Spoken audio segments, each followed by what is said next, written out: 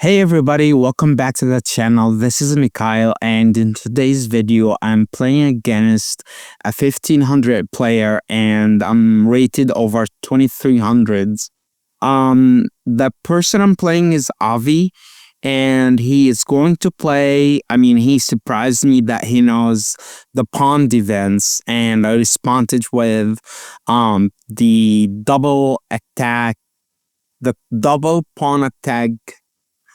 And this game is very interesting. It took really wild turns.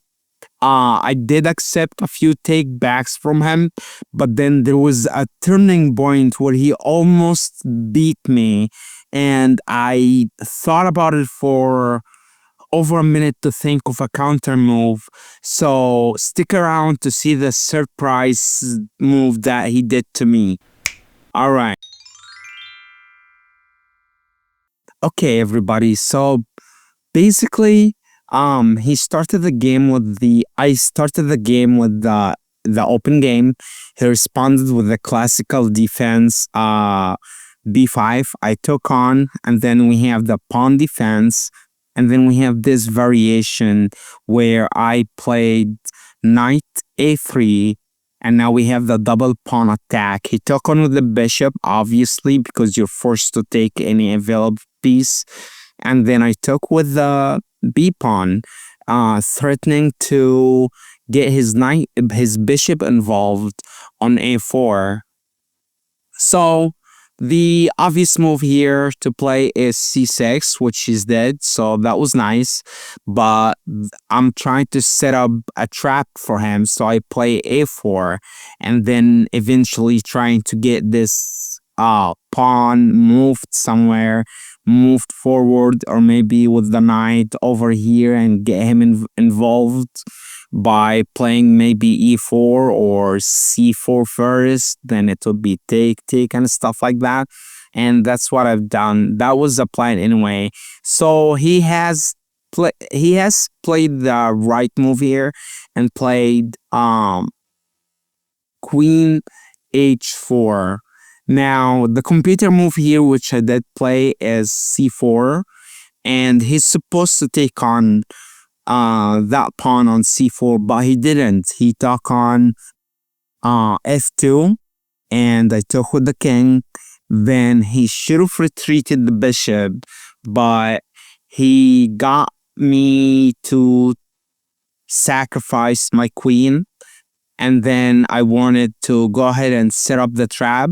So I played knight e2, and then we have this.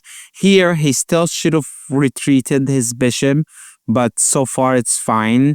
So take, and then at this point, he blundered and played, I played here, and he blundered and played e4. Pause the video to see if you can find the mating sequence from this point. All right, the solution is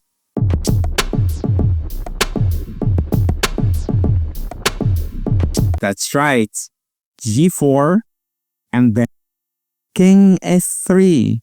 Then after he takes, here, take, and then here, take, here, take, take, here, take, then here. And he can't sack on this square, and if he sacked on this square, it's protected twice, so we would win the game. But I let him take back the move, and I told him to play h5. So that way, if I got this involved somehow, and he can take with this pawn, and then if I play g4, then he will take with this pawn and not the bishop. But anyway, here I played knight e5, and he took with... Which pawn would you take with here? Pause the video to see if you can solve it. The solution is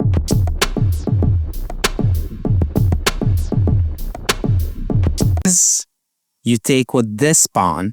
So when I take, he takes, I take again, and you are threatening to get the rook activated. So I had to play a3 here, but before he's done that, he took with this pawn, and after I took, he took, and now I played rook b1, and after he take, it was game over from this point. But I let him take back. So obviously he should have take. I told him to take with the c pawn. That way, when I took, he took. I take again, and now this bishop is actually threatening me. And I did play a3 here, and now he found a brilliant move. He played knight a6. Now pause the video and tell me, as white, what would you play here?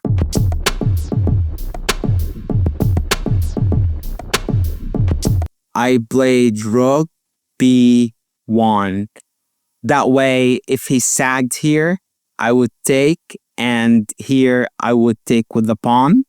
And if he sagged the knight, I would take the knight, and there is no real danger here. He would have to sack the rook here. But what happened here is, that's why he played. He took he sacrificed his knight, and actually after this move right here, he played a5.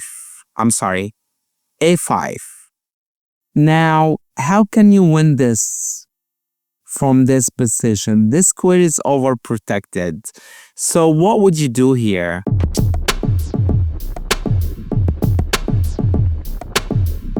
That's right, it's pretty simple. You sack here, take, here, take, now here, take, and then it's game over. But yeah, I told him not to play that, and I left him to play whatever he wants. So he did play king f7, and then I wanted to get rid of his rook. And right here, he played rook h8. And then I sagged pretty much everything because it was a very simple and straightforward win from here. I gave away my pawn. And the first thing he did was taking with the rook, which was a mistake, because then I have this, take, here, take, and here. And so I told him to take with the pawn. And after that, I got rid of this pawn, here, take, here. He obviously took, and it would have been a longer game, but he sagged his king, and now it's game over because I have promoted to a rook. But if he hasn't sagged his king, and he played here just in case I get a rook, so I would do that, and then he would probably play here, trying to get his these pawns together. Let's see if a rook would work here. I haven't thought it through. So basically a rook, he would play here, take, he would go here, I would take. Yeah, I would still have won, so it wouldn't really have mattered. But he sacked his king, and now it was game over because I have promoted to a rook, he promoted to a king, I sagged here and over here as well. And I have good news, and the good news is I have created a team that is specifically designed for all anti-chess players, and it will have prize tournaments. So join, and it will be the first post in this video. It will be pinned in the comment section. Thanks for watching. If you found this helpful, give it a thumbs up, drop a comment, and don't forget to subscribe with notifications on. Take care and see you later.